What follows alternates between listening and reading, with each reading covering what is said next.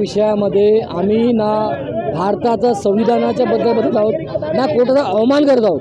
आमचं म्हणणं KDMC प्रशासनाला एवढंच आहे की KDMC प्रशासनाने इथे राहणाऱ्या 45 कुटुंबांना 2-3 महिन्याची मुदत द्यावी।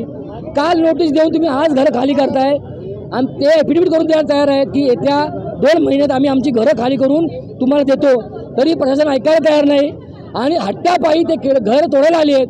आपण जाऊन बघू शकता तिथे काय ते लोक किती 2 वर्षापासून ते राहत आहेत। आज त्यांची अशी कंडिशन झाली आहे की त्याला काल नोटीस दिली आणि आज घर काढायला घेत आहेत।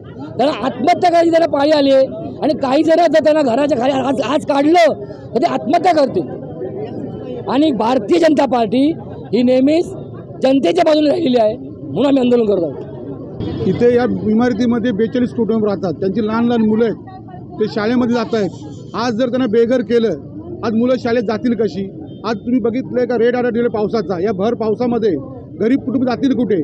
आणि भारतीय जनता पार्टीचं एकच ध्येय आहे, गरिबांच्या पाठीशी राहणं, ज्यांच्यावर अन्याय होईल त्याला न्याय देण्याचं काम भारतीय जनता पार्टी करेल। या इथे राधाई स्वस्तिक होम्स म्हणून जी बिल्डिंग आहे ग्राउंड +7ची, या बिल्डिंगला अनधिकृत असल्यामुळे संपूर्ण DPL प्रोसेस महानगरपालिकेकडून झालेला आहे आणि रिसेंटली 5 जुलै 2024ला माननीय उच्च न्यायालयाने इमारत डिमॉलिश करण्याचे आदेश दिलेले आहेत। त्यानुसार इथे आम्ही आलेलो आहोत, परंतु इथं मोठ्या प्रमाणात जमाव आहे, नागरिक आहेत आणि आमची कारवाई आम्ही करण्याचा आम्ही इथे बसूनच आहोत, कारवाई सुरू करणार आहोत।